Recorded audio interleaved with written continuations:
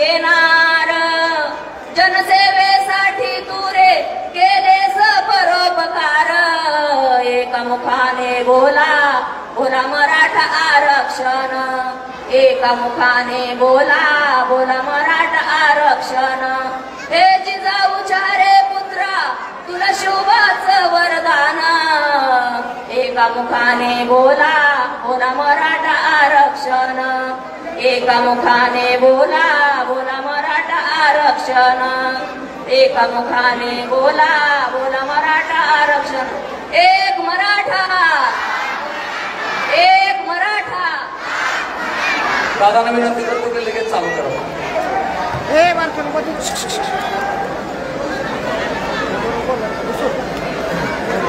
हा खरं खरं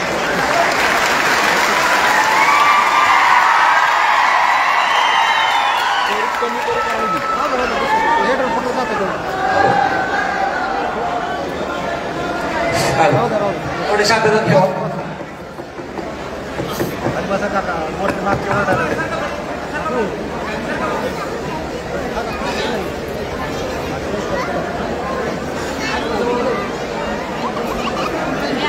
छत्रपती शिवराय शिवरायांकडून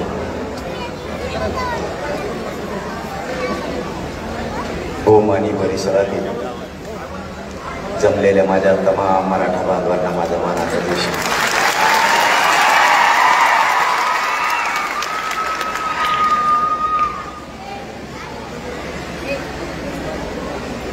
तुम्ही म्हणले आम्ही बैठक घेतो तुम्ही तर समजला होते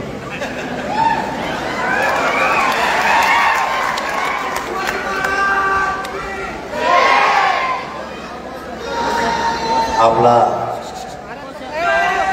मराठा आरक्षणाचा लढा हा अंतिम टप्प्यात आला होता परंतु काही विघ्न संतोषी लोकांना थोडासा तो पुढे ढकलला तुम्ही व्यासपीठावर ते गप्पाच नाही सगळे खरे होते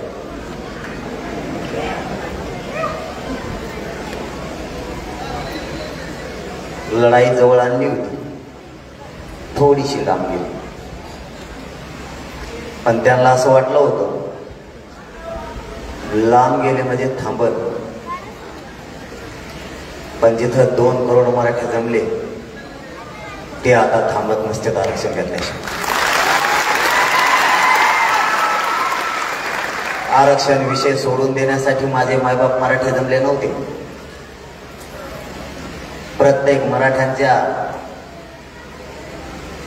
घराघरातल्या माणसांचे इतके हाल त्यावेळेस झाले माझ्या 350 पेक्षा जास्त मराठा बांधवांच्या आत्महत्या झाल्या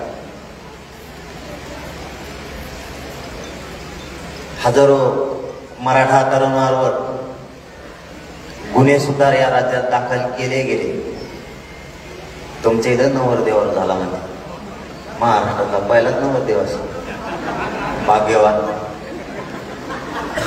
मराठा समाजासाठी स्वतःच्या सुखाच्या दिवसाचे सुद्धा त्यांनी या जातीसाठी कदर केले नाही आपण सगळे त्याच्या पाठीशी त्यांना काय होणार नाही मी शब्द देतो तुम्हाला काळजी करू मी फक्त आरक्षण होस्तरच करते मी पण सगळ्याचे हिशोब क्लिअर करणार आता विषय आरक्षणाचा अंतिम टप्प्यात आला फक्त सगळ्या सोयऱ्यांची अंमलबजावणी राहिली अधिसूचना सरकारनं काढली 2000 आणि 2001च्या कायद्यात दुरुस्ती करून 2012च्या कायद्यानुसार मराठ्यांना ओबीसीतून सगळ्या सोयऱ्यांची अंमलबजावणी करून द्यायची एखादी जात किंवा एखादा समूह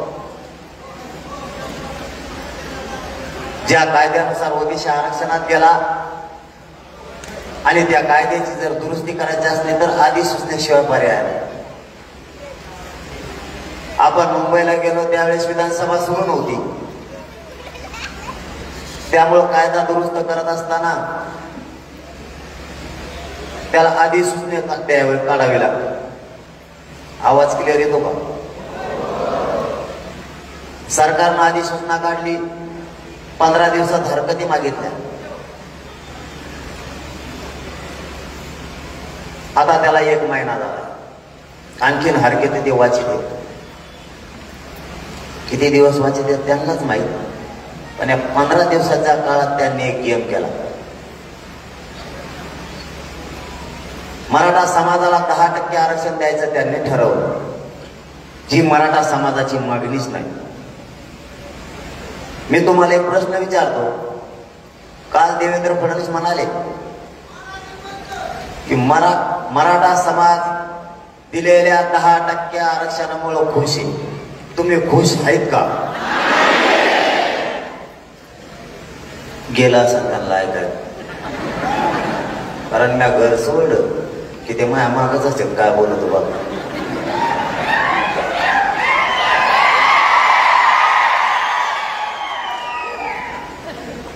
एवढंच खेटले मला. जातीचा निष्ठावंत असणाऱ्या माणसाला खेटायचं नसतं.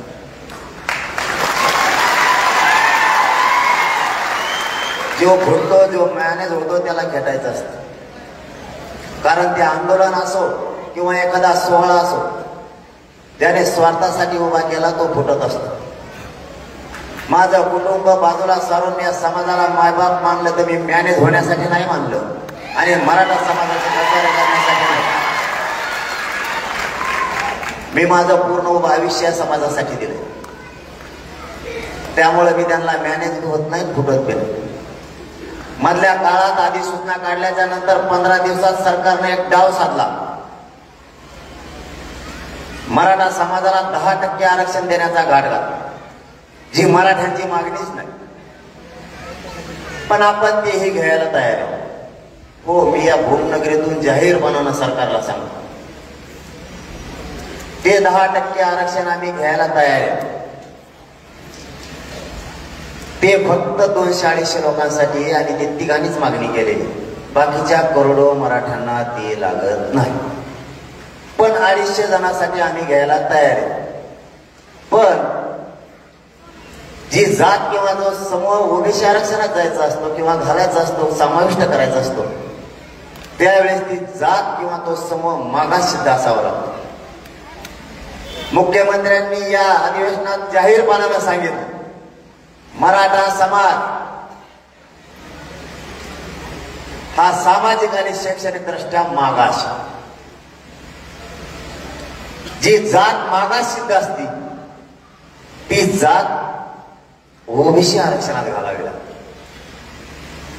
तुम्ही 10% आरक्षण मराठ्यांना दिलं, पण 50%च्या वर आणि 50%च्या वर ओबीसीचा प्रवर्गच नाही. मग ते दिलं कसं? जर एखादी जात मागास सिद्ध झाली तर ती ओबीसी आरक्षणात घालावी लागते. तुम्ही 50%च्या वर ते आरक्षण वेगळा प्रवर्ग करून दिलंच कसं? तुम्ही मराठ्यांना 27%च्या आत घ्यावं. तुम्ही सगळ्यांनी मोदी साहेबांकडे जावं आणि ती कॅप ताबडतोब 105वी घटना दुरुस्ती करून ती कॅप वाढवा. असं नाही का जमत? आता नुसतं मराठ्यांना 10% आरक्षण दिलं. तुम्हाला वेळ आहे, थोडा सविस्तर सांगत होता.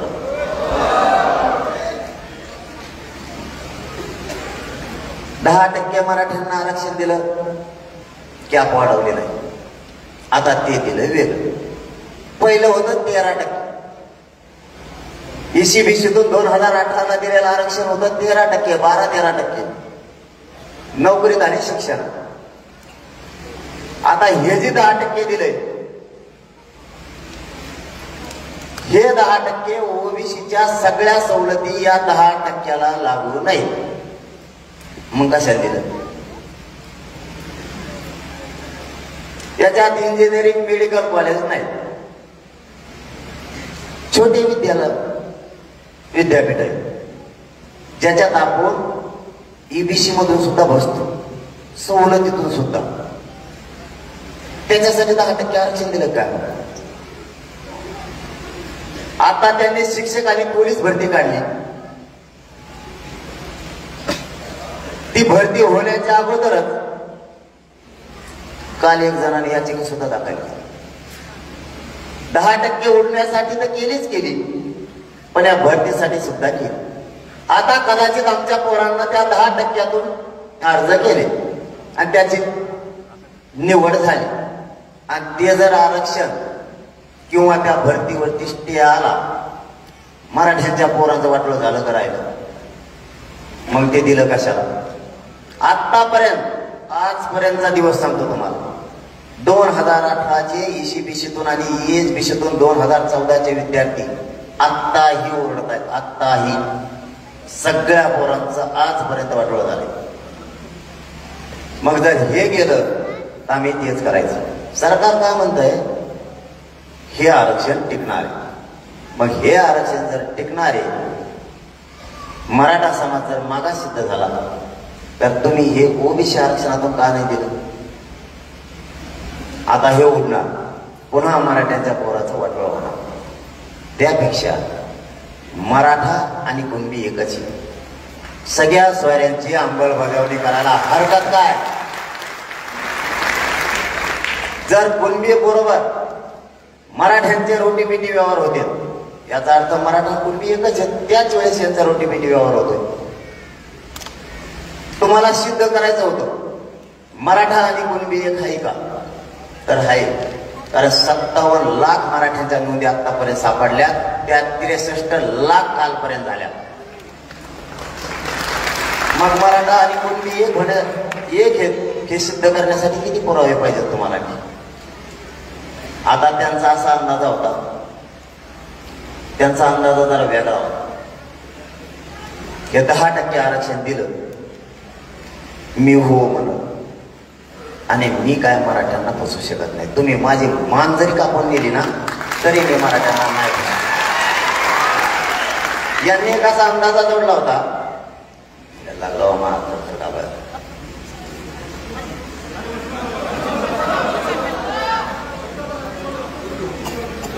थोडा वेळ कम जोडतो, लगेच सुरू करतो.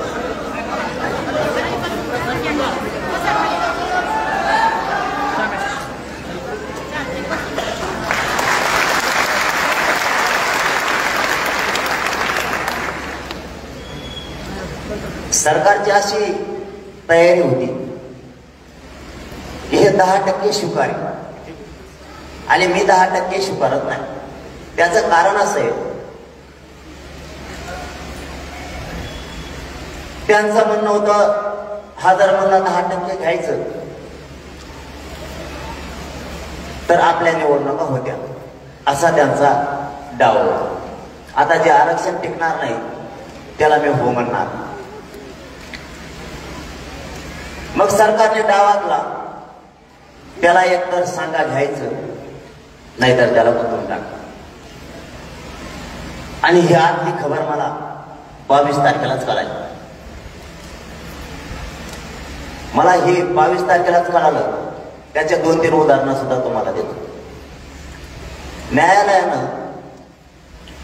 मान्य न्यायालयानं आपल्याला तारीख दिली होती, या आंदोलन सुरू होते त्याच्याबाबतची 13 मार्च. गृहमंत्र्यांनी देवेंद्र फडणवीस साहेबांनी 22 तारखेला अर्ज केला. ऍडव्होकेट जनरल सराफ साहेब उभा केले आणि तारीख 23 करून घेतली एका रात्रीत. आता सरकारचा नियम असा, एखादी याचिका जर करायची असली आणि तुम्हाला जर एखाद्या मॅटरमध्ये हस्तक्षेप करायचा असला तर तुम्ही सरकार म्हणून स्वतः उभा राहायचं असतं. दुसऱ्या साधारण माणसाच्या याचिकेत तुम्हाला तुमचा अर्ज सरकारचा करता येत नाही. तरीही सदावर्तीच्या याचिकेत त्यांनी सरकारनं अर्ज केला ऍडव्होकेट जनरल, आणि त्या रात्री ती तारीख बदलली. कारण 24 तारखेला आपले होते राज्यभर रास्तारोको. मान्य न्यायालय आपल्याकडून झालं, यांनी किती डाव केले तरी पण, आणि त्यांनी सांगितलं शांततेत रास्तारोको करायला तुमचा अधिकार कोणी हिसकावून घेऊ शकत नाही. 24 तारखेला या राज्यात शांततेत आंदोलन सुरू झाली. तरीही दुसऱ्या दिवशी सकाळी देवेंद्र फडणवीस साहेबांनी सगळ्या पोरांवरती गुन्हे दाखल करायला लावले. एक डाव पहिला. दुसरा डाव 13 मार्चची तारीख त्यांनी 22 फेब्रुवारीवर आली आणि इतकं होऊनही ह्यो जर 10% हा म्हणणार नसता तर त्यांनी एक 36 आमदारांची बैठक घेतली. त्यातली एक बैठक महाबळेश्वरला झालेली आणि दुसरी बैठक त्यांनी 36 आमदारांची घेतली आणि त्यांना सरळ सांगितलं, तुम्ही मोठे पक्षामुळे हे बंद करता रे, हे एक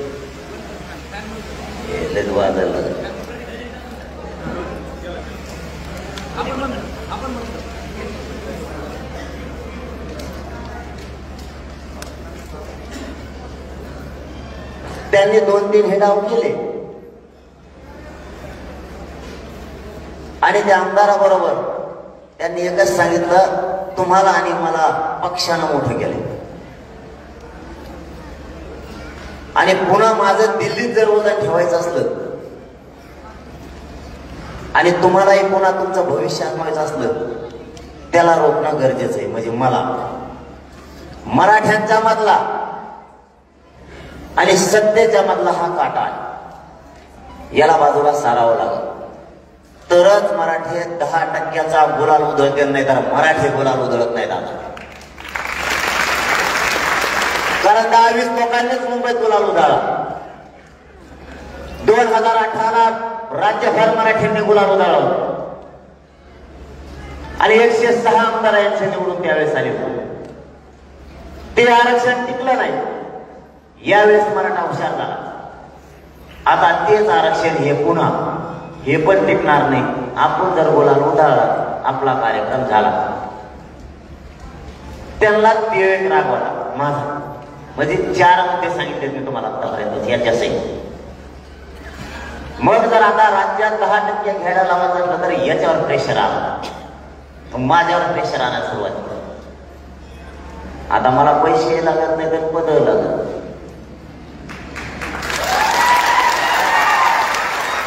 मग म्हणजे आता दुसरं काम करा, त्याला गुंतवा. आणि मग माझ्यासाठी मला ज्या दिवशी माहीत झालं त्या दिवशी मी सकाळी बैठक घेऊन लोकांना सांगितलं, कारण माझ्या मायबाप मराठा समाजाला सांगणं माझं गरजेचं होतं. मी सांगितलं मी जातो आता त्याच्या दारात. इकडं तिकडं तरी कशाला, तो यात किती दम येते बघतो, नाही तर मायात किती दम येते. आलो म्हणलं मुंबईला. कशाला तर आपल्या तसंच असतं, पांडासारख्याच भांडणं असते धडक धडक. असं काय मग तू इकडं नाही ते तिकडं भासणं ठोकायचे नाही नुसतं. मी भासणं ठोकण्यासाठी पैदा झालेला नाही, माझ्या गोरगरिबांना न्याय देण्यासाठी. त्याने अंदाज जवळ केला.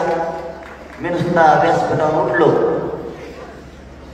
5-6 किलोमीटरला येत होते. पिण्याचे बांधव होते आमचे सगळे आणि लोक बी 60-70 हजार माणसं. 15 मिनिटात मी जर येवल्या पोत गेला असतो ना त्या यारपाट्याच्या 90,000 गाडी झाली असती. 90,000 गाडी माझ्या पाठीला नुसती येवल्याकडे. यांनी अंदाजावर केला आता सगळे वेगळेच लोक येणारे आणि मुंबईत काय होऊ शकत. मला 12 किलोमीटरवर जाऊस तरच इतक्या गाड्या लावल्या. चौक नुसते पोलिसच दिसायचे. कोणत्या बांधव हालताच आहे ना, कोणालाच फोन करतो. पण मी काम करताना चतुर आणि चाणक्यानं करतो, चांगल्या बुद्धीनं करतो. कारण त्या दिवशी होती रात्र आणि माता मावल्या होत्या 7-8 हजार.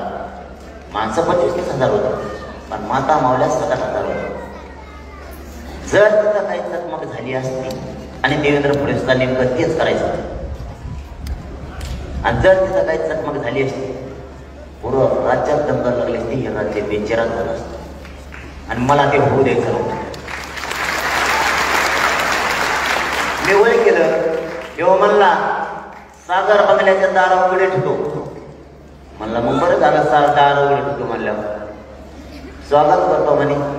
सागर बंगला हा शासकीय, कोणी पण तिथे येऊ शकतो. आणि मला 12 किलोमीटर जाऊस तरच दरवाजे बंद केले, सगळे पोलिसच लावले. आणि त्या पोलिसांना दोष देऊन मी का उपयोग नाही म्हणतो. ते वरून काढ्यात त्यांना नावीलाजाने काम करावं लागतं. म्हणून त्या पुण्याला सुद्धा यांना दोष देऊ नका, त्याच्याच मागं लागायचं. पूर्वी काय होतं तुम्हाला माहिती आहे का? पूर्वी जर एखादा लेकरू जन्मलं ना, 5व्या दिवशी त्याचं नाव ठेवते आणि आता त्याच्या कानात बोलती, कानात किती नाव ठेवते. सध्या ती देवेंद्र पुणे झाली, आत्याच्या भूमिकेत नुसते पोलीस त्याच्या कानात किती, हे करा ते करा, हे करा ते करा. सध्या अशा भूमिकेत येतो की त्याचे पोटाचे नळ सुद्धा फुगलेत मराठ्यात वर्षाने. पुढे नळ फुगलेत त्याच्या पोटात. इतका मराठा द्वेष त्याचा ठसून भरलेला आहे. आतापर्यंत त्यांचा द्वेष दिसत नव्हता. त्याचं कारण सुद्धा तुम्हाला सांगतो. मी आरोप करायचा म्हणून करत नसतो. 6 महिन्यात देवेंद्र फडणवीस साहेबांवरती एक शब्द सुद्धा बोललेला नाही. पण ज्यावेळेस त्याने आपला डाव टाकायचा प्रयत्न केला ना, मग आपल्याकडे सुट्टीच नसते. मग तो कुणी व्यस्त सगळं भुजबळचा सगळं बसला साध्य. तेव्हा म्हणतो बरं झालं वाटला तिकडे तिकडे गेला, हे आता चलून दे तिकडं तुमचं. माया मागा लागलं होतं म्हणला, हे बरं झालं तिकडं गुतलं लपलं आता हे सगळं. ते मोकळा झाला असताना सण झोपतोय 2 दिवसाचे. तरी आज काहीतरी म्हणलं जाऊन पत्रकार म्हणतो, म्हणलेत मला तो कोणतरी, तू का रे बाबा काही म्हणला ना, सगळे सोडून दे ना, तू आहेच मागा लागल. मग मी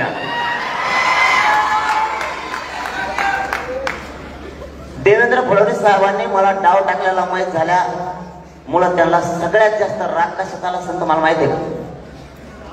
याला इतक्या डिटेल मध्ये माहीत झालं कसं, म्हणजे त्याने लोक कोणाच्या फोडलेत मै हे आजूबाजूच्या कामाला बसलेलं नाही बेकार असते ती यांचं नाही टेन्शन आहे मला. हे पटकून कोणाचे होते यांचा भरासच नाही. पण मी असा नमुना आहे, माझ्या जर डोक्यात आलं नाही फुटलेत त्याला डायरेक्ट वळलाच पडत खाली तिकडं. मराठ्याच्या विरोधात जरा जवळ बसून देत नाही. मग आता देवेंद्र फडणवीस साहेबांना एवढं डोकं पाहिजे, एवढे मोठे सत्ता झाली ते इतके फोडाफोडी करते. मला बी कोणीतरी त्याच्या लेकराचं, त्या अधिकाऱ्याच्या लेकराचं, त्या मंत्र्यांच्या, त्या आमदाराच्या, तिथल्या असणाऱ्या शिपायाच्या, तिथल्या असणाऱ्या कर्मचाऱ्यांच्या, तिथल्या असणाऱ्या अधिकाऱ्यांच्या, कोणाचं तरी लेकरांचं मी इकडं जीव माझा तळ हातावर घेऊन आमरण उपोषण करतोय. त्याला बी काहीतरी वाटत असं ना आपल्या लेकरासाठी लढतोय. मग तो बी मला सांगतो ना सगळे तू येतात का, तुला वाटतं असेल माझ्या समोर बसलेले हे सगळे मपलेच आहेत. पण त्याच्या बी जिव्हारी काहीतरी शब्द लागले असतील ना तिथं.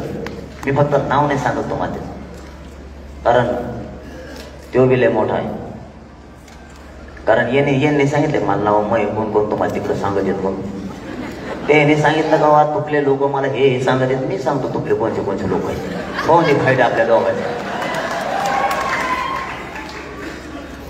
तुम्ही पैशावर फोडीतात आमचे लोक बहुतेक म्हणतो बरं का मी. नाही तुम्ही लगेच माझे पैसे दिले कारण लागायचं यांच्यात माग. तर तुमचे लोक माया इमानदारीमुळे फुटत आहेत. मला हे माहीत झालं आणि त्यांना सगळ्यात जास्त फडणवीस साहेबाला ती चिड तयार झाली. आपल्यात कोणी बोलून दाखविण्यापेक्षा त्याने काय केलं, एका रात्रीतच लगेच ठरवून टाकलं याची चौकशी करा. मै सकाळी विधानसभा अध्यक्षांनी लगेच मंजुरी पण दिली. एका सेकंदात देवेंद्र फडणवीस साहेब उठले. एका सेकंदात लगेच म्हणले हिला अंमलबजावणी, यासाठीला अंमलबजावणी. आता मला सांगा मी असं काय वाईट करतोय? गोरगरीब मराठ्यांचे पोरं मोठे व्हावे, राज्यापासून केंद्रापर्यंत ते अधिकारी बनावे. तुम्ही दिलं हे राज्याचं आंदोलन आरक्षण, आमचा मागतो ते आरक्षण राज्यापासून केंद्रापर्यंत आपले क्लास 1 पासून क्लास 4 पर्यंत अधिकारी बनणार आहेत. IPS IAS दर्जाचे माझे मराठ्यांचे लेकर अधिकारी बनणार आहेत त्या आरक्षणामुळे. ते आरक्षण मी मागतो. आणि त्यांनी तो डाव रचला आणि यासाठी नेमली. यासाठी कोणाला पाहिजे माहिती? मी तर तयार आहे बाबा. मी दवाखान्यातून सुट्टी घेऊन कमाला माहिती तुम्हाला. 4 दिवस होतो मी दवा हॉस्पिटलला, 5 दिवस. मला अशी कुणकुण लागली आणि मला लागलेली खरी असते. कारण आतापर्यंत मी आंदोलन बघितलं असं, मी खोटं करत नाही.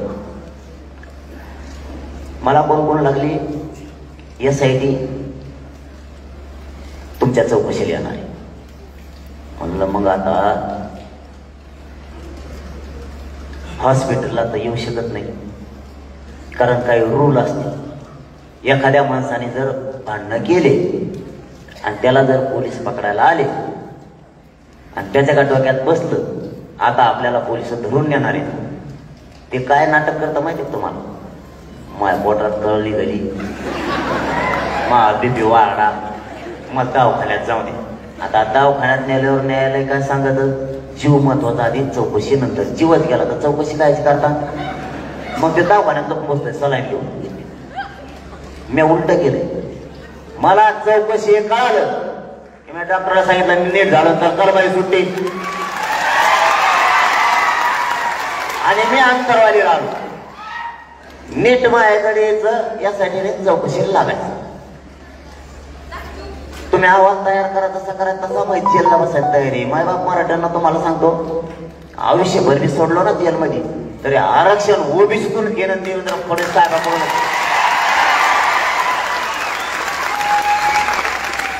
सुट्टी नाही, मी जेलमध्ये मोर्चा काढत असतो आतल्या आत. मी आतले सगळे कैदी माझ्या बाजूने करीत, भाषण देऊन.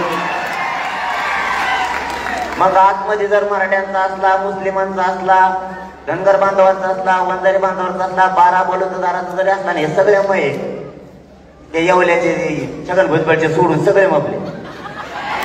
मी आताच मोर्चा काढे ना, अजून सुद्धा मी मागू शकतो सगळ्या स्वारीच्या अंमलबजावणी. सुट्टी नाही. तुम्ही किती नाटक केले तरी. आणि बाहेरच्या मराठ्या तुम्हाला सोडते का? मला जर फडणवीस साहेब तुम्ही जेलमध्ये टाकला ना, तुम्हाला भावनिक लाट काय असती कळत. मराठी राजकीय करिअरचा तुमचा सुपडा साफ करून टाकणार होणार नाही.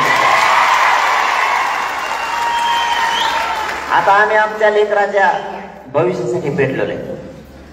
आता तुम्हाला याला जोडून एक मुद्दा सांगतो. आणि मी सांगितलं ध्यानात आलं पण तुमचे 2-3 जण हो म्हणले, बाकीच्या ऐकायला आलं तर असं करू नका बरं का, तुम्हाला आरक्षण भेटलंय. मग जरा एक कोण राहत सगळे. मला माईक सुद्धा धरता येणार सला नाही घेऊ. हे बघा सला आणला दोन लगेच पळतोय. तरी बी मी आणला म्हणूनच हप्त्यात मला ते मध्ये गेलंय चिडपट. याला काही होतं नाही, 7-8 दिवसात नीट बी होतं, बरं शिया बी देतं. मध्ये म्हणले शिया देऊ नये. माय बापा मी तुम्हाला चिडवतो, मी काय चूक केली? मग आपल्या आई बहिणीचे डोके फुटले, तिचे रक्त चिंदाड्या झाल्या, चिळकांड्या उडाल्या, तिच्या छाताडावर पाय ठेवून तिचं हात मोडले, तिचे पाय मोडले, तिच्या पाठीत पोटात आत्ताही गोळ्या. तवाने दिसले तुम्हाला आई बहीण? आज एक शब्द बोललो तर किती लागलं तुम्हाला? ही आई नव्हती का तुमची? राज्याचं पालकत्व तुम्ही स्वीकारलंय ना, राज्याचे सरकार म्हणून मायबाप तुम्ही आहेत. तुम्हाला त्या आई बहिणीचं डोकं फुटल्यात दिसलं नाही? 34 टाके पडले एकेला. आणखीन काय मावल्यांना शेतात सुद्धा जात नाहीत, गुडघ्यात गोळ्या शिरलेल्या. तवाने दिसले तुम्हाला? आज एक शब्द बोललो तर तुम्हाला एवढं लागलं. आमची आई होती ती तुमची आई नव्हती का? तुमच्या आईला बोलल्यावर मात्र तुमची अस्मिता जागी होती. आणि आमच्या आईचे पाय सुद्धा मोडले, जिला 1.5 महिना उठताना आलं. लिलावतीचे हॉस्पिटलचे पोरं आपले 2.5 महिने होते, तरी काही ज्या 13 गोळ्या तशाच राहिल्यात. आणि तेव्हा नाही तुम्हाला आई दिसली? एका 9 वर्षाच्या पोरीच्या पायात गोळी शिरली तर 3 लिटर पाणी तिच्या पायातून निघलं. तेव्हा तुम्हाला तुमची लेकीसारखी ती लेख नाही वाटली का? आज आम्ही एक शब्द बोललो तर तुमच्या इतकं जिव्हारी लागलं. आणि आमच्या आई बहिणीला तुम्ही इटाने सुद्धा मारलं, तेव्हा काय नाही वाटलं तुम्हाला? आणि मी 4 शब्द बोललो तर त्याच्यातला फरक सुद्धा तुम्हाला सांगतो. मराठ्यांच्या आमदाराला आणि मंत्र्याला आपण 3 महिन्यापासून सांगतोय, तुम्ही सगळ्या सोयऱ्याच्या कायद्याच्या बाजूनं अधिवेशनात बोला. एक सुद्धा बोलला नाही, एकही. आणि त्या दिवशी मी नुसतं पक्षाला आणि नेत्याला बोललो, अख्खे मराठ्यांचे आमदार आणि मंत्री एकूण झाले. आमच्या नेत्याला बोलला, आमच्या पक्षाला बोलला. तो हा पक्ष आहे का जात आहे? पक्षाचा नेता तो आहे का तो जात आहे? तुला काय तो पक्षाच्या नेत्यानं आणि तुझ्या पक्षानं कॅनडातून मतदान आणलं होतं काय निवडून आणायला? मराठ्यांनी मतदान करून तुला मोठं केलं नाही का? मग जर तू मराठ्यांच्या जीवावर मोठा झाला तर तू आज मराठ्यांच्या बाजूला बोलायला पाहिजे होता. तोही नेत्यांबद्दल अस्मिता जागी झाली, तुझ्या जातीबद्दल सुद्धा तुझी अस्मिता जागी व्हायला पाहिजे होती. तू का म्हणला नाही? तू आमदार आहे, मंत्री आहे, मराठ्यांच्या मताच्या जीवावर तू मोठा झालाय. तू म्हणायला पाहिजे होतं 3.5 महिने झाले सगळे सोयऱ्याची अधिसूचना तुम्ही काढली. तुमच्या नेत्याला म्हणायला पाहिजे होतं हिची अंमलबजावणी करा. जर जरांगे पाटील काय बोलले तर आम्ही त्यांच्या कानात धरून, मी सुद्धा कानात धरून माझ्या जर चूक केली तर. तुम्ही का बोलत नाही आपल्या पोरांच्या बाजूनं? तुम्ही नेत्याच्या बाजूला भाषण ठोकायला लागले आणि काही काही मंत्री आमदार तर मागणीच करायला लागले याला अटक करा. म्हणलं या ना मग. मी कोण नाही म्हणतो, मला अटक करायचं म्हणलं माझ्या 80,000 पोरं वांदरवली येऊन बसते. मी जायला तयार आहे ना, पण तुमची जितकी अटक करण्याची दुटप्पी भूमिका आहे तितकीच तुमच्या नेत्याला का सांगत नाही तुम्ही? आता तुम्ही सावध. आपण ज्यांना मोठं केलं ना, मग ते कोणत्या पक्षाचा असू दे, एक बी आपल्या बाजूने बोलणार नाही, एक सुद्धा.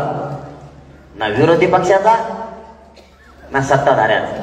आणि जीवावर निवडून आले आपले. मग आपल्या पोरांच्या बाजूने कोण बोलणार आता? आता तरी सावध व्हा. तुमचे पोरं मोठे करण्यासाठी ते लढले नाहीत. कालचा विषय तुमच्या डोळ्यासमोर आहे. त्याचे पोरं मोठे करण्यासाठी तो लढलाय. त्याचे पोरं मोठे कसे होणार? ते मंत्री झाल्यावर. मंत्री कोणा जीवावर व्हायचं? आपल्या. आणि बोलायचं कोणाकडून? नेत्यांकडून. आणि आपल्या पोरांकडून कोण बोलायचं? मी बोलतोय तर मला अटक करा म्हणते. मी बोलतो तर मला एकट्याला उघडं पाडायला निघाले. सगळे आमदार एकीकडून झाले, मग मराठी बी एकीकडून झाले. आता गप्प पडले. आता त्यांनी 7वा डाव टाकलाय. तुम्हाला 6 सांगितलं, ध्यानात आहेत का? विचारू का त्यातले 2-3 मग?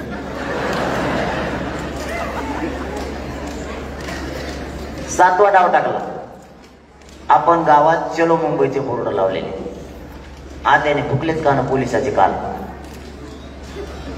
देवा ते दमत धरे ना. ते रोज काना फुकी ती बारीक लेकराचं नाव ठेवतात नाही का, काना फुकी देत लेकरात. तसं आत्याची भूमिकाच पार पाडी त्या देवेंद्र फडणवीस साहेब साठी. काल सांगितलं ते बोर्डच काढून घ्या. काय करतात बरं चलो मुंबईचे बोर्ड? त्याच्यावर काय दगड लिहिलेलं आहे? त्याच्यावर काय गोटागोटी लिहिलेलं आहे का? त्याच्यात काही केंद्र आहे दहशतवादाचे लिहिलेले, ठिकाण दिलेलं आहे तिकडे ये म्हणून? किंवा त्याच्यावर असं काही लिहिलेलं आहे का तिकडच्या गल्लीत जाऊन आपल्याला कापाकापी करायची येतो का? त्या बोर्डावर लिहिलंय का? चलो मुंबईचे बोर्ड कालपासून काढायला चालू केले. बरं आता तुम्ही काढले, गावकरी बिले कलाकार आहेत. ए गुळगुळ बसण्यात उठाय तू. आरक्षण पाहिजे तुम्हाला. आणि एका चपला लोटीचा काय बोली घेते? काय खालीचा मंडपचे खाली काय तू कोण बघतो? आईस्क्रीम हे काय?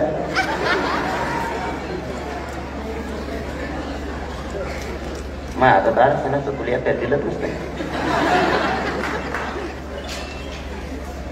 बोर्ड काढायला चालू केले कालपासून. आता बोर्ड काय करतील? गावकरी इतके कलाकार आहेत, गावकऱ्यांसहित आम्ही नाही आपल्या त्याला तुम्ही काढा. आता आलं का पोलिसावर परत? पोलिसाला विचारलं तुम्ही कम काढा लागले? ते म्हणले वरून आदेश. त्याच्या वरच्याला विचारलं, ते म्हणतो वरच्याला. कमिशनर साहेबाला विचारलं, ते म्हणले वरून.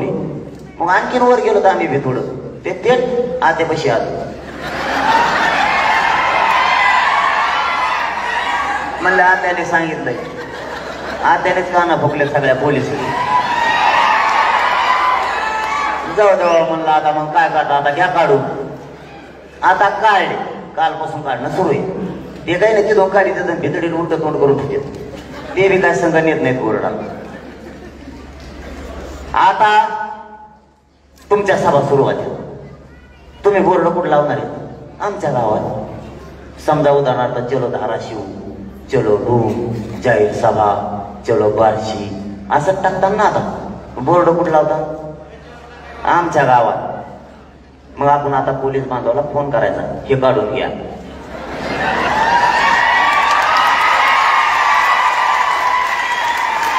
आणि समजा त्यांनी ते नाही काढले तर नका का काढेना. आपल्याला शांततेत राहायचं. आपला पहिल्यापासून शांततेत सत्य पहिल्यापासून. मी तुम्हाला शांततेतच यांच्या छातावर बसून आरक्षण घेतलं लागेल. तुम्ही काळजी करू नका. फक्त माझं शरीर मला उपोषणात साथ द्यायला हो. आता जास्त त्रास व्हायला मला. रोज सकाळ संध्याकाळ मला सलाईन घ्यावं लागतात, नाही तर चालतच नाही. माझं शरीरानं फक्त साथ द्यावा मला. तुम्हाला आरक्षण मिळत तर यांचे किती विपठ्ठेन किती भारी भारी यांना उद्धपातच करतो. फक्त माझ्या शरीरानं मला साथ दिली पाहिजे आणखीन एक 8-15 दिवस तरी. कारण माझं शरीर मला आता सध्या कसलीच साथ देत नाही. समजा यांनी नाही काढले नका काढून. ते पॉम्पलेट पुढे लावणार आहेत आपल्या ठिकाणाला. चलो पुढं तरी म्हणायचे, नाही तर चिन्ह त्यांची निवडणुकीचे पॉम्पलेट पुढे लावणार आहेत आपल्या बेताडाला. फाडायचे नाही बरं का ते. ज्या पोलीस बांधवांनी पहिले आपल्या बोर्ड काढले होते त्यांना बोलून घ्यायचं, त्यांना म्हणायचे एवढं या मग बेताडाचा आता काढा. नाही तर मग एक काम करा, आमचं ह्या पॉम्पलेटवर ज्याचा फोटो आहे त्याच्यावर गुन्हा दाखल करायचा आम्हाला. आपल्यावर गुन्हा दाखल केला की नाही त्यांनी बोर्ड लावला म्हणून मग आमच्या बेताडाला ज्याचा फोटो आहे त्याच्यावर गुन्हा दाखल करायचा. कायदा सगळ्याला सारखा.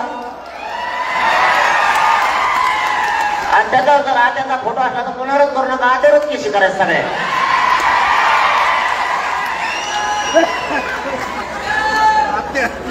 काय अडचण नाही आपल्याला. मी त्याला जीव लावित होतो पण तेव्हा माझ्या मागा लागला म्हणून मी त्याच्या मागा लागलो. आपलं खरं असतं सगळं. छगन भुजबळ जर मग चाललं होतं नाही चांगलं. आमच्या चांगलं चाललं होतं इकडं दणका. तेव्हा बोलला मी त्या झोडायचो तेव्हा मग आपलं दणका चालायचा. यांना काय अंगावर घ्यायची गरज होती मधीच. यांनी अंगावर घेत काय करत. त्यांना वाटलं मी भेट असतो का. आणि माझ्याजवळ काय नेऊन तू 13 पत्रे निशेल माझ्या घरावर 13 घेत ती 20 मिनिटाचे भंगारात ऐकत नाही ते कुठले तू. माया माग काय शोधी देत. माया माग कोणी आणि माया माग कोणी असतं तर मी दवाखान्यातून त्या व्यक्तीची मागचा दरवाजा उडीला असता. म्हणलं असतं पळ आता दुसऱ्या राज्यात तिथे नाट टाकून तुला गुच्छील. मला माहिती आहे मामा कोण नाही गेली 1 रुपया नाही त्याच्यात. एकाचा बी सगळा माझ्या समाजाचा पैसा आहे. समाजाने आंदोलन उभा केलं. ना नेता नाही ना घेता नाही ना कोणी नाही त्याच्यात कोणीच नाही. आता आपल्याला याच बरोबर हे काम करायचं. काय वायरान बांधून टाकी तो काय म्हणा. आता पुढे गेलं तरी थर कापणार आहे माझा. आम्ही काय महाराजांनीच केलं होतं मला.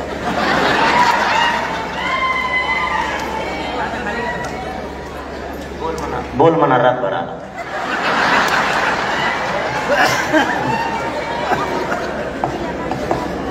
राहू दे हो बोले म्हटलं काय होतं. पाणी प्या पाणी. आता सगळं मेळ सुटलं होतं मग.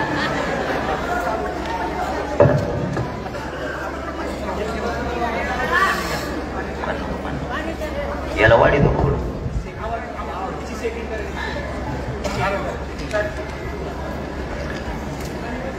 कुठं राहिलं तर सांगा. मला मध्ये बोललं की माझ्या ध्यानात नाही राहत.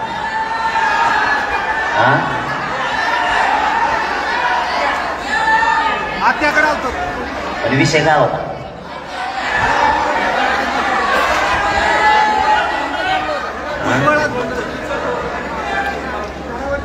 त्यांनी आणखीन एक डाव टाकला आणि आता आपल्याला एक टाकायचा. आता ह्यो डाव 9 वाजले करायचे. इकडे ताने 9 वाजता तुम्ही हातात हात्यातच बंद केला वर्षाने.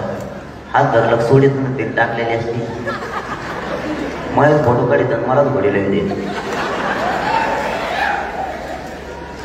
तुम्ही एकच काम करा माय बाबा. माझं वाईट नका वाटत देऊ. आपल्या लेकराला आयुष्याचं आरक्षण दारूपासून लांब जा. आपली जातच सुधारली म्हणून सांगा. फक्त व्यसनापासून लांब जातो. आता त्यांनी इतके डावं टाकले सगळे मोडले आपण.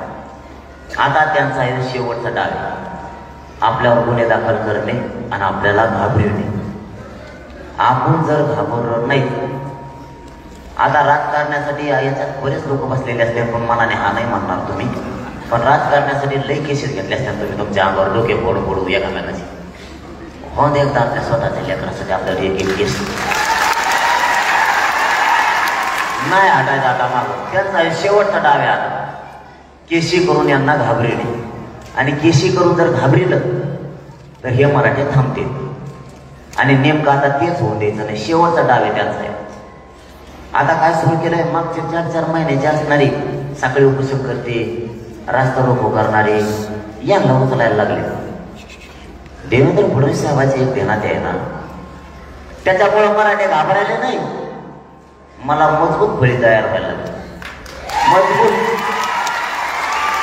ते पोरं असं म्हणाले मला येऊन आम्ही आद्यात नव्हतो मध्यात नव्हतो ना, मग नाव आलं त्याच्यात जाऊ द्या आता जे व्हायचं असेल ते होईन आता होऊ द्या काय होतं. म्हणजे नसलेले मजबूत फळी तयार करून दिले मला. आता आपल्याला आपल्या लेकरासाठी आपल्याला उग्र जाळपोळ करायचं नाही, पण एक एक केस घ्यायला लागतो. आणि तुम्हाला आता याचा पुढचं सांगतो.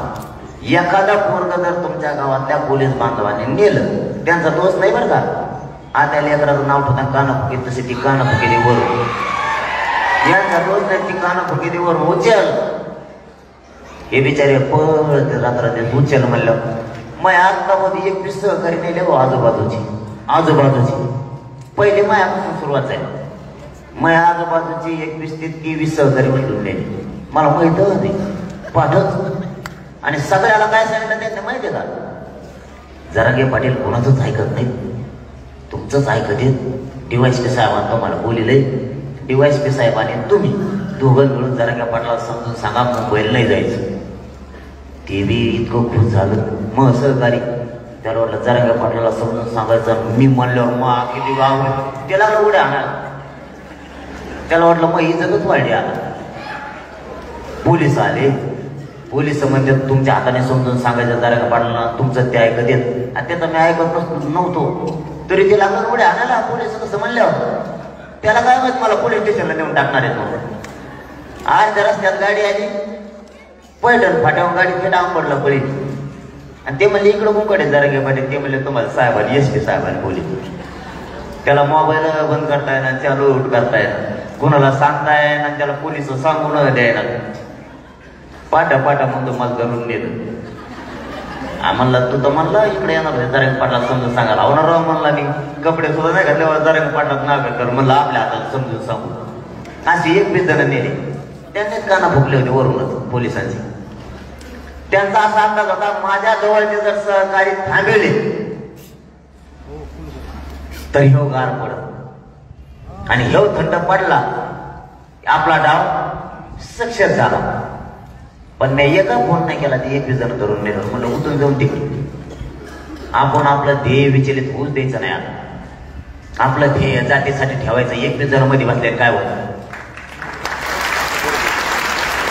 आणि मी इकडून असं ताठरपणानं म्हणलो बसून ते कवर त्यांना. त्याने संध्याकाळीच मागे राहून घातले. ते म्हणले याचा काहीच परिणाम आहे नाही. आणि ते घरात होता आमच्यातला एक असा नमुना होता.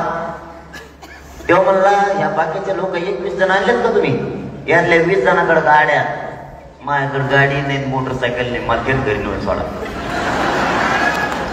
त्या पोलीस बांधायला वाटलं म्हणत असं दाटून आता मग सगळे गेले तरी हे बी मुद्दाम गेले नाही. त्याजवळ 4 व्हीलर होती बरं का. तरी ते तिथंच झोपून राहिले त्या वाट्यावर. पोलिस म्हणले जाऊ द्यावं याला टाका गाडीत घेऊन जाऊ दे. येताना 50 रुपयाची भेळ सुद्धा फोन आला होता त्यांच्या मध्ये. आमच्या धरून नाही ते बंद केले त्यांनी आता. कारण आमच्यावर काही परिणाम होत नाही. कारण फक्त एवढं सांगायचं मला तुम्हाला याच्यातून, आम्ही जातीशी निष्ठावान येतो, मध्ये जायला येत नाहीत आणि कशाला निष्ठा नाही विकत आम्ही कोणी जाता. कोणीच निष्ठा विकायला तयार नाही. कारण या मायबाप समाजावरती इतकी माया आहे आपली की या मायबाप समाजासाठी मी माझं कुटुंब सुद्धा बाजूला सारलंय. पण समाजासाठी मी माझा जीव बी अर्पण केला. आता द्यायला सुद्धा मी तयार. आता आपल्याला त्यांनी आपले बोर्ड काढले. बोर्ड ऑफिस तर नव्हता. नेवल्या काढून पॉम्पलेट चिट केले त्यांना काढायला लावायचं. आता उद्यापासून एक काम करायचं तुम्ही. आता तुमच्या दाराला एक झेरॉक्स एवढं कागद आणायचा. झेरॉक्स कळत तुम्हाला ते तरी बरं आहे. त्यांना नाही कळत. त्या झेरॉक्सवर लिहायचं मी मतदार आहे. एक मराठा लाख मराठा लिहा किंवा एक मराठा कोटी मराठा लिहा आणि सगळ्यात खाली मोठ्या अक्षरात लिहायचं, माझ्या दारात एकाही पुढाऱ्याने यायचं नाही.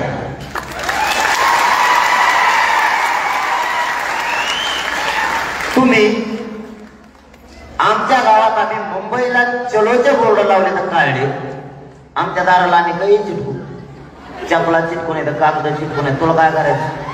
आम्ही दार उघड ठेवून दार टकुऱ्याला घेऊन ठेवतो आमचा दार, तुला काय करायचं? आता दाराला तर काही म्हणणार नाही ना, आणि त्याला मतदान मागायला पुढे यायचं आता दारात. तू ज्या मंत्र्याकडून बोलला, ज्या पक्षाकडून बोलला ना, त्याच्याकडून मतदान आण म्हणायचं. आमच्या दारात यायचं बा, आमच्या लेकराच्या बाजूला का नाही बोलला तू? आम्ही तुला मोठं करतो आणखीन. आमच्या पोरांना आरक्षण देऊन मोठं करतो का? तर नाही. आणि मग तुला कशामुळे मोठं करायचं आहे? त्याचं काय कारण? त्याचं कारण काय? कोणता मंत्र्याने काय दिलं रे आपल्याला? आता एक गावातले 2-3 जण सोडले, बाकीच्याला का उसं तोडायला पाठवायचं का आपल्याला? आपले लेकरं कोणी मोठी करायची? याच्यासाठी इथं नोकरदार मराठा असू द्या, व्यावसायिक मराठा असू द्या, राजकारणी मराठा असू द्या, कष्टकरी मराठा असू द्या किंवा शेतकरी मराठा असू द्या, ह्या आरक्षणामुळे सगळ्यांचं कल्याण होणार आहे. केंद्रीय कॉलेज आपल्या लेकराला मिळणार आहेत, केंद्रीय नोकऱ्या सुद्धा आपल्या लेकराला मिळणार आहे. आपल्याला आरक्षण पाहिजे तर ओबीसीतच पाहिजे, आणि ते आपला अधिकार आहे. कोणाला पैसे कमी लागतात? शेतकऱ्याला शिक्षणाला पैसे कमी लागतात का? नोकरदाराला, व्यावसायिकाला कोणालाच पैसे कमी नाही लागत. त्याच्या कुवती प्रमाणात जो तो पैसे घालतो, पण त्यांचं जे स्वप्न असतं नोकरीचं ते होत नाही. आपल्या लोकांच्या बढत्या सुद्धा व्हायना, ते हाय तिथंच. याला कारण आरक्षण. ही तळमळ याच्या पाठीमागचा माझा काय स्वार्थ नाही. इथं का मला एकट्याला लागत नाही, ते इथं घराघरातल्या मराठीच्या लेकराचं कल्याण होणार आहे. म्हणून आपल्याला पाहिजे आपल्या दाराला आपण पॉम्पलेट लावायला चालू करायचं. उद्यापासून मोहीम सुरू. आणि आपण आपल्या मोटरसायकलला 4 व्हीलरला सुद्धा ते चिटकायचं. उंकडं जायचं असलं संगच. एखादा मंत्री जर म्हणला आमदार फिरदार मै गाडी बंद पडली, मला मोटरसायकलवर न्यायचा हे तो, नाही तर ढकलून द्यायचं त्याला मागचं शिटा. काही गरज नाही आता याची. बरं, यांना सांभाळून तरी कोणाचा फायदा आहे आपला? आणि त्यांची गुंडगिरी कोणाची जीवार आहे माहिती का? तुमच्या आमच्याच जीवार आहे.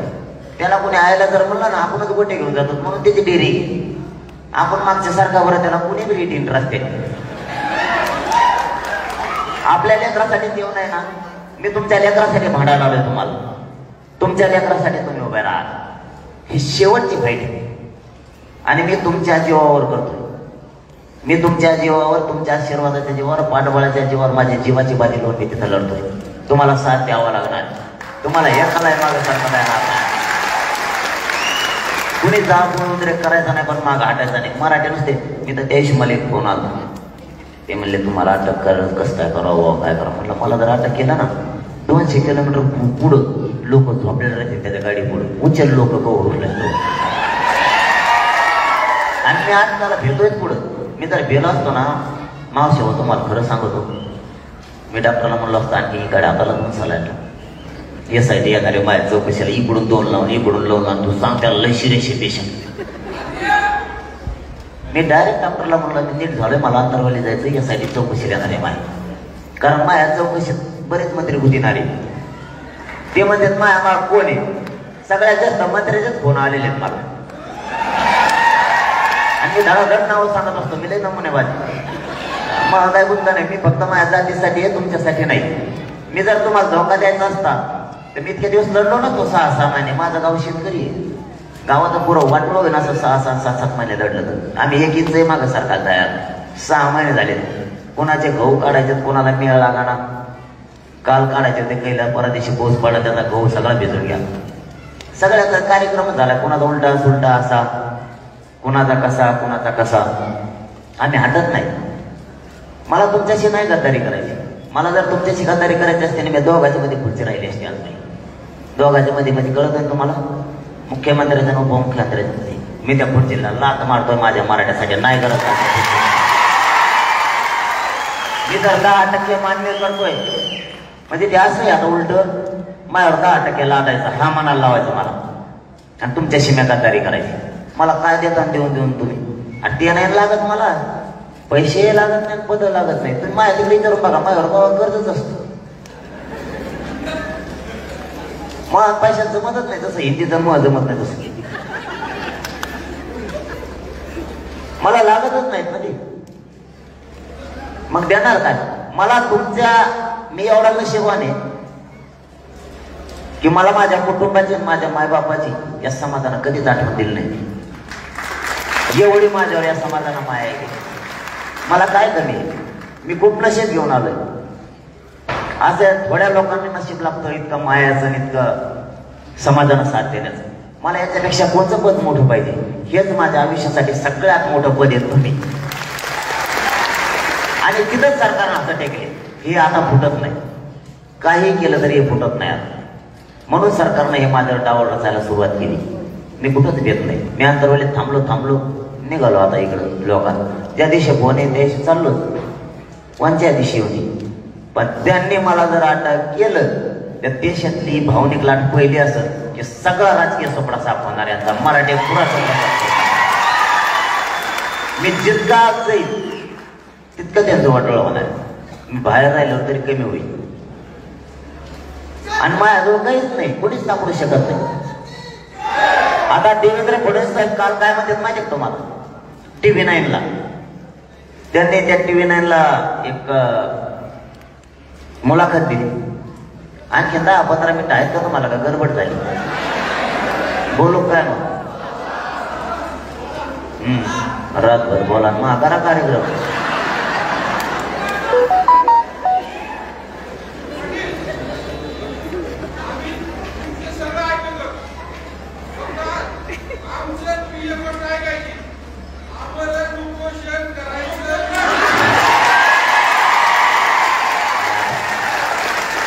आता ते बंद केलं.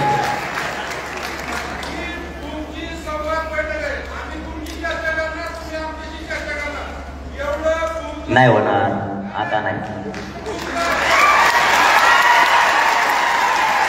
आता उपोषणला मला बसता देणार. आता काय करणार आहे? आता एवढा हात दाबून धरला तरी थरथर कापवतो. कशाला करील मी आता?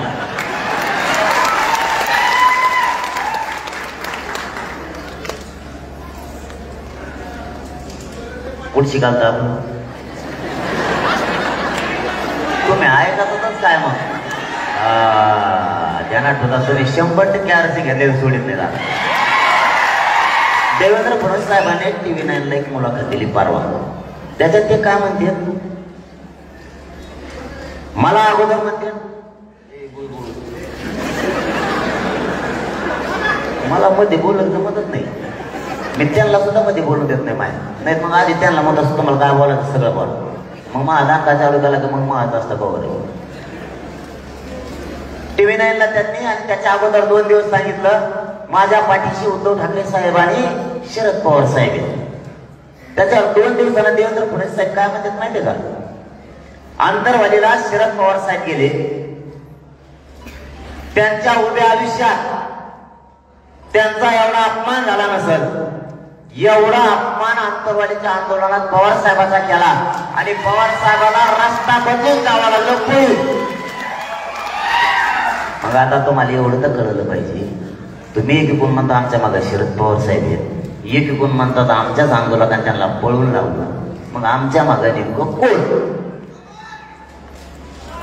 ते तर आता कळलं त्यांना. काल 12 मध्ये होते सगळेजण. ते त्यांना तिथं मेळ लागला याच्या मागं कोण येत नाही, सरकारच हे सगळे लोकच येत. आणि ते मध्ये त्याच्या मागं कोण आहे यासाठी चौकशी करायची. आता माया मागं कोण आहे जर फोन आलेलं बघितले ना, सगळे तुमच्याच लोकांचे आलेले. आणि ते काय काय मानलेले त्याच्या बी रेकॉर्डिंग केले. मी सगळ्याच सुट्टा मग सोशल मीडिया आम्हाला चांगला माहिती. तुम्ही यासाठी कोणाला लागायला पाहिजे ते माहिती आहे का? तुमच्या भोवती जे आजूबाजूला फिरतात ना हे सगळे भ्रष्टाचारी. यांची तुम्ही चौकशी लावायला पाहिजे होती, माझी काय लावता? तुम्ही त्यांची चौकशी लावा. त्या तुमच्या भोवती त्या सुगंधी अगरबत्त्या असतात का तसे मिळतात चौकून. म्हणजे तुमच्याकडे गेला की लगेच तो चांगला होतो. आता मी समजा तुमच्याकडे येतो म्हणलो मग यासाठी उठली असत ना. अरे नको तू आज सकाट बसवलं माझ्यावर तू तरी आरक्षणच घेत म्हणजे तुमच्याकडे आलं गेलं की चांगला आणि तुमचं नाही ऐकलं की टाका मध्ये या. आणि मध्ये काय मी जे बाहेर खातो तेच आत खाईन. मला बाहेरच तेवढंच लागत. मी एक चपातीच्या पुढं खातच नाही. आता तेवढीच असते जणू छगन भुजबळ साहेब म्हणते तेवढीच असते.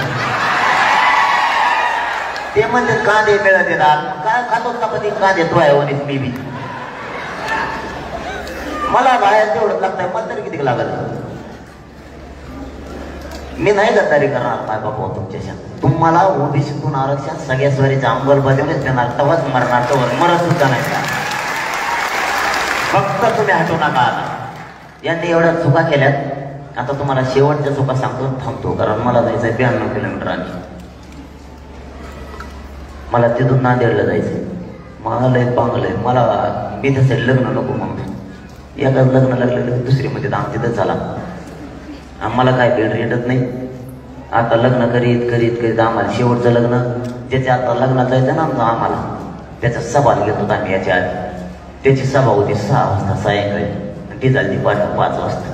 त्याला असा लोड आलाय ते मग तुम्ही 3 तारीख लग्नाची पुढे ढकलेली बा सभा सारखा करू नका बा. पाठ आला ते एक पाहुणा नाही राहायचा. आणि त्याने माझ्यासाठीच खरं सांगतो तुम्हाला 3 तारीख पुढे ढकलेली लग्नाची. आता येईन मग येईन आता येईन मग येईन. एवढ्या वेळ सुपैसे सुटलं मी त्याला हा म्हणलो त्याला भरासाच या नाही. ते व्यासपीठा नुसते फोन करते 5-5 मिनिटाला कुठं आले रे पाठा फक्त 5 वाजून देऊ नका भाऊ 8च्या आत या. कारण ते ठेवलेलं ते तळ्यात लग्न तळ्यातच ना सभा तळ्यातच होती आणि लग्न सभा ठिकाणी तुला तिथं अशी थंडी आहे. जाळा मोठ्या लावला तरी मी वापस होतो तिथं. ते म्हणतो नवर आम्हाला दोघाला व्यासपीठावर बसा लागून भाऊ तुम्ही लवकर नाही आले पूर्य पाहुणे आम्हाला आणते म्हणून मला तिकडं लवकर जायचंय कारण त्याने लय तारखा पुढं टाकलेले. तुम्हाला फक्त एवढंच सांगतो यांनी किती डाव टाकले. आरक्षण घेतल्याशिवाय सुट्टी नाही आणि ते पण ओबीसीतूनच गेला. मग कोणी आडवायवर त्याच्याशिवाय सुट्टी नाही. कदाचित तुमची पुन्हा एकदा गरज लागू शकते. जशी अंतरवालीला 14 तारखेला बांधावर मराठा उभा होतो. 2 करोड मराठी अंतरवालीत आले. एखाद्या वेळेस जर वेळ पडली तर पुन्हा एकदा आपल्याला एकत्र यावं लागतं. कारण यांची जी राज्यात अंतरवालीसह महाराष्ट्रात दडपशाही सुरू झाली ना ही जर थांबवायची असली तशा तर बैठका सुरू झाल्या. प्रत्येक तालुक्याला मराठ्यांना माझ्या अगोदर बैठका सुरू केल्या.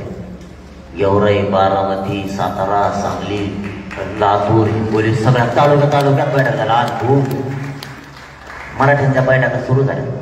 आणि त्या बीडला तर वेगळंच आहे. तुमच्याकडे मी म्हणते उमेदवार काय आणलेलं पुढं तुम्ही नवीन कार्यक्रमच होईल का. एक गाव आहे कोणतं तरी तिथं 1000 रुपये केले आणि 23 लाख रुपये सध्या त्या गावात. ते म्हणजे आता आपल्या गावातले 23 लाखाला किती लागत आहे डिपॉझिट भरण राव बा.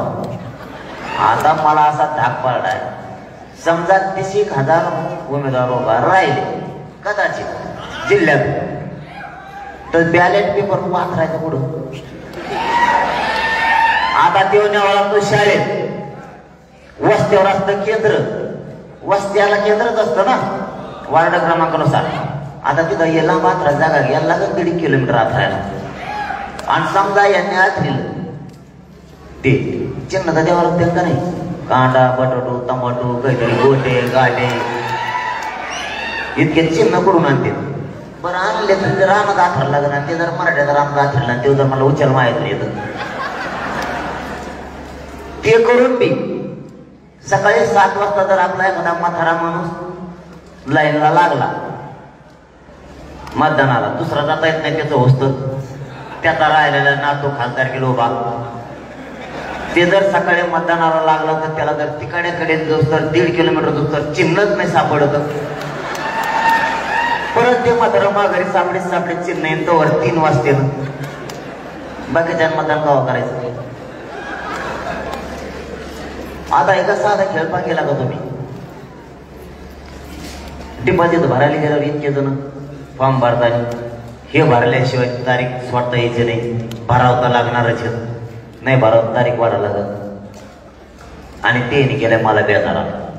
ते मराठीत लोक म्हणतात उमेदवार उभा करा. ते म्हणलं मग त्यांचा काही संबंध नाही. समाज मालक आहे, मी नाही म्हणलं समाजाचा मालक. आणि नाही त्याने सांगितलं तुम्हाला मग त्याचा काही संबंध नाही भाऊ. फक्त आपण सांगितलं तुम्हाला असं होऊ शकते फजिती. बरं असं काही आहे का की त्याच्यात शिकल्याला लागतो असं काही आहे का? कोणी भरू शकतो का? धोत्रावाल्यानं खासदार केल्या खबर जमत नाही का? धोत्रावाल्या माणसाचा 70 वर्षाचा जर बाबा एखादा निवडणुकीला उभा राहिला त्याला अधिकार आहे का नाही? मग त्याला सुविधा पुरावं लागते का नाही? त्याला ऐकायला येत नाही, त्याला दिसत नाही आणि ते झाला खासदार. त्याला पार्लमेंट मध्ये नाही का नाही धरून दोन ते पोलिसाला.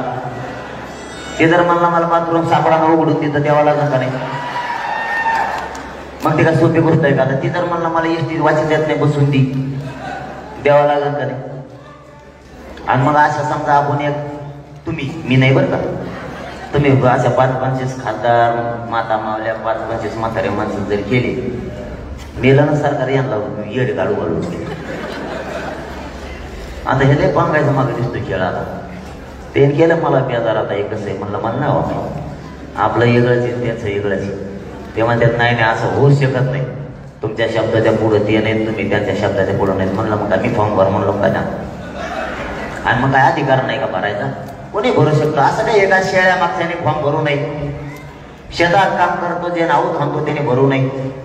जो रिक्षा चालितो त्याने भरू नये. असं काही आहे का? काही पोरत म्हणजे मी राज्यात आपल्या बापांना विचारतात पहिले ऐकणार आहे फॉर्म भरणार.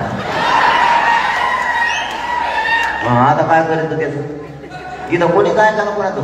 एक जणाला राहणार म्हणला काल गावात चर्चा चालू होती तुझा तुला फॉर्म भरणार आहे तुम्ही खासदार केला आणि तेव्हा विषय लागला. तेव्हा म्हणला मी काय कमी का मग मी भरेन मला सोयाबीन ते पण भरेन. आणि अशी जर तरा मराठ्यात सुरू झाली तर मराठ्यात येतं कोणी नादी लागू नये.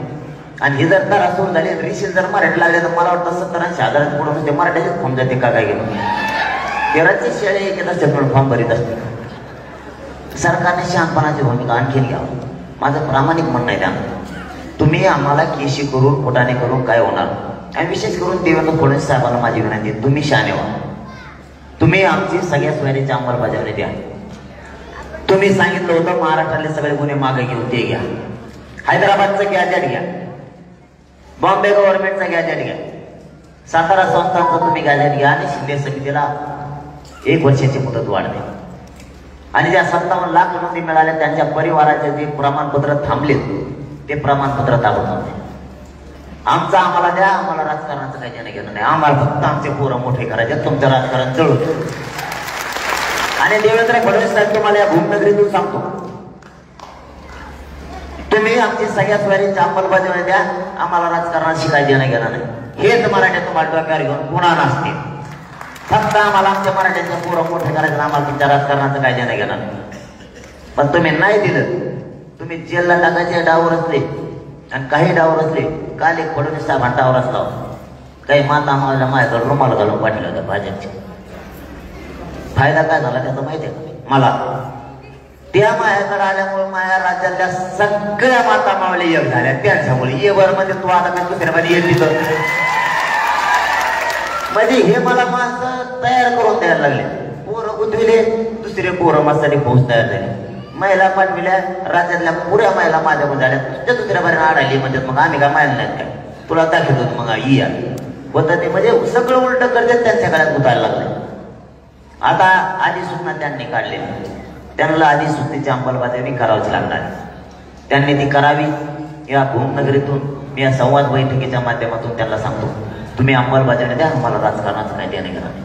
भाजप काँग्रेस शिवसेना राष्ट्रवादी काही आम्हाला देणं घेणार नाही. आम्हाला फक्त आमचे लेकरं गोरगरीब मराठ्यांचे मोठे करायचे. आणि तुम्हाला जाता जाता शब्द देतो माझं काही स्वप्न नाही. या गोरगरीब मराठ्यांचे पोरं यांच्या अंगावर आरक्षण देऊन गुलाल टाकायचा म्हणजे टाकायचा जीव गेला तरी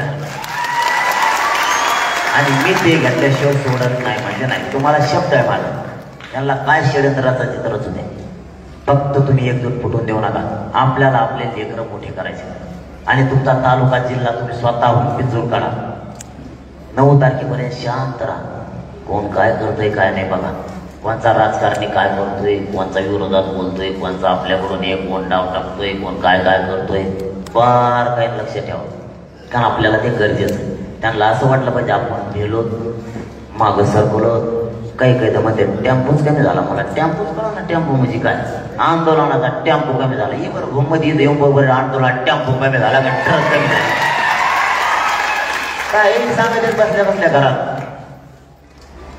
फक्त एकजूट फुटून देऊ नका. पुन्हा एकदा मराठी जागे करा. आपल्याला ही संधी चालून आलेली ही सोडायची नाही. मी मरेपर्यंत तुमच्याशी गद्दारी करणार नाही शब्द तुम्हाला देतो आणि थांब. धन्यवाद. जय श्री.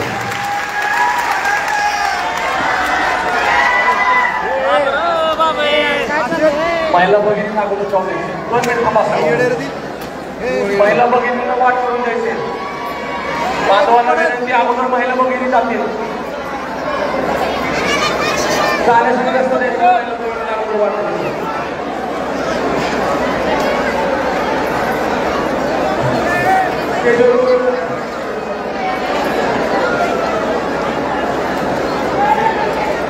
गाडी येणार का? गाडी येणार का? चालू आहे. चालू आहे.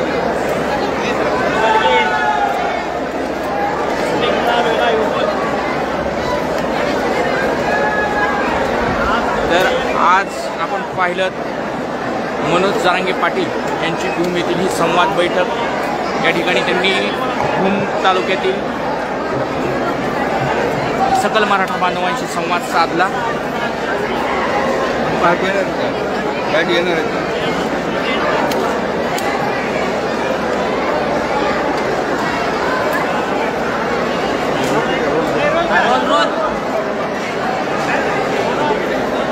रोज